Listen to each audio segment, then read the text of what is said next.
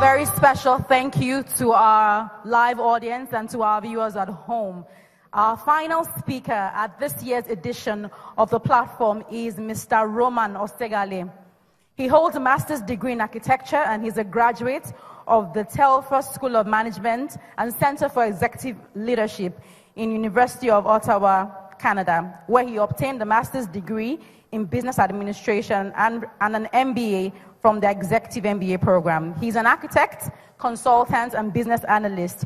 He's presently the head consultant at IntelServe, a Canadian consulting company, which he founded to provide business reengineering services, business intelligence, and analysis. He has consulted for notable Canadian companies, helping diagnose problems and preferring appropriate solutions for growth and profitability. He currently lives and works in Canada, and today at the platform, he is speaking on a topic, developing sustainable economic growth. Please join me as we welcome Mr. Roman Oseghale.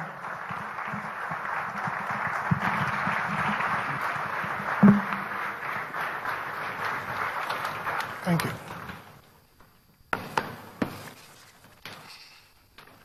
Good evening. I'm going to be talking about a very sensitive issue, and I would implore everyone to please listen attentively because we're going to be walking and I'll be explaining things along timelines. But before I start, I want to really thank Pastor Pojo Imade for giving me the opportunity and telling me to come down to come give this talk.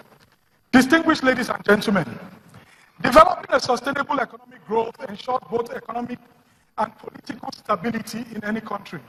It is the gateway to creating wealth and the basis of confidence in any economy, and what prevents the devastating and inefficient impact of corporate premature failure and death.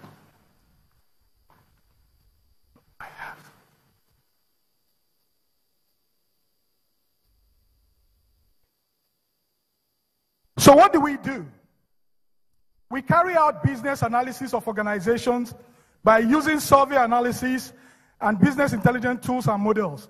We are able to trace back the cause of every challenge using both qualitative and quantitative data. We match this data with timelines to know where an organization either took the wrong decision, followed the wrong turn, or where market forces change demand and which now affects growth and profitability. And at the same time, comparing this data to both market and industry standards.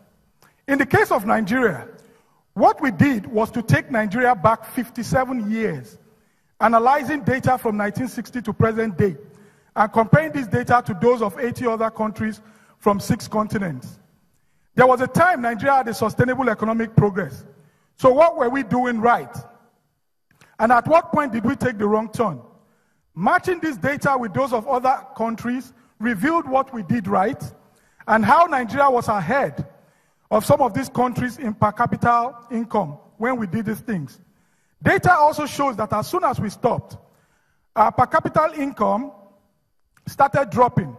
And the amazing thing is that as soon as these other countries started doing what we were doing in the past, their per capita income started increasing, surpassing that of Nigeria, and putting their economy on the path of sustainable growth.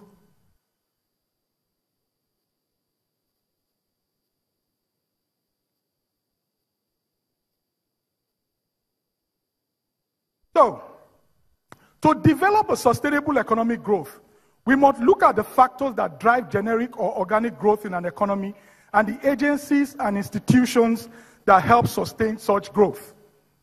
Now, these agencies and institutions are service providers. If they do not exist or their services do not meet the standard required by the country, people will seek for them elsewhere. And as they seek for them outside the country, they take forex with them, putting a strain on the economy. These factors include innovation, manufacturing, and productivity.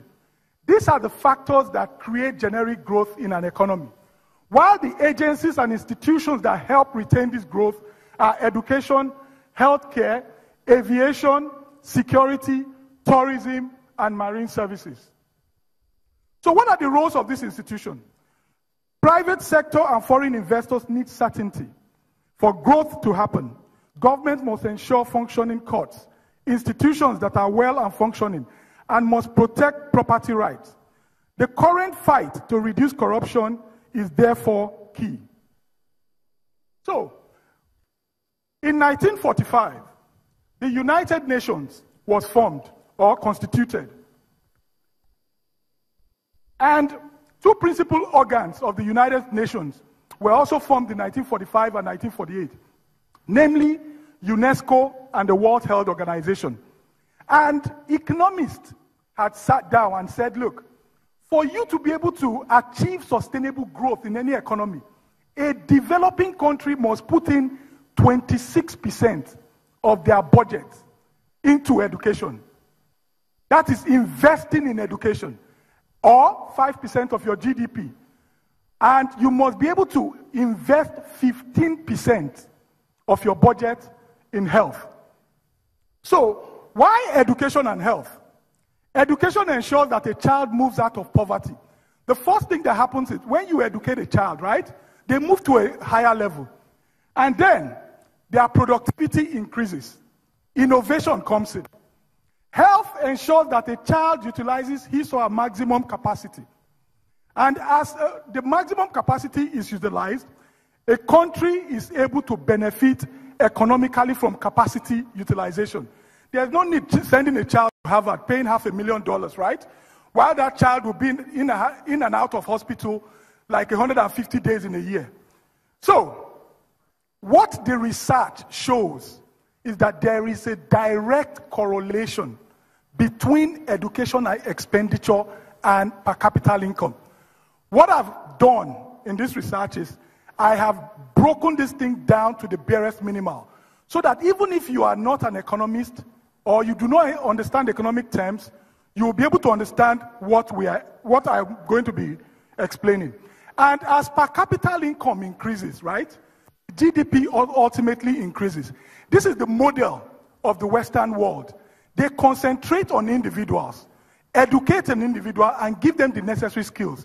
And as the individuals make a better per capita income, it ultimately increases the GDP. So let us look at beyond GDP and mineral resources. Our economy is a mineral resource economy, right?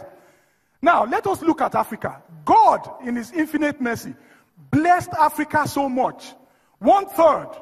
We have six continents, right? And Africa is the richest by mineral resources. 1/3, that is 33.3% of all Earth's mineral resources, is buried in Africa. 2/3, 66% of all mined diamonds comes from Africa. 10%, that is 1/10 of all global oil reserve lies in Africa.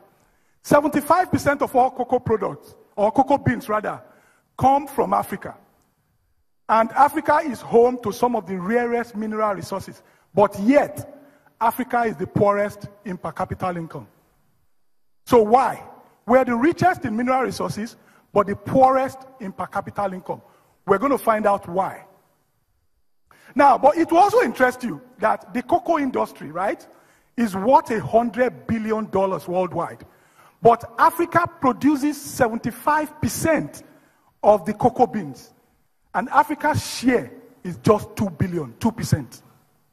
2%.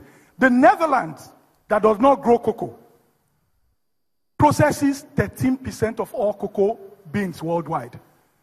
Europe and Russia, that do not grow cocoa, processes 38% of all cocoa beans worldwide. Cocoa has tens of products. While we export cocoa beans, these tens of products are brought back to Africa to be sold.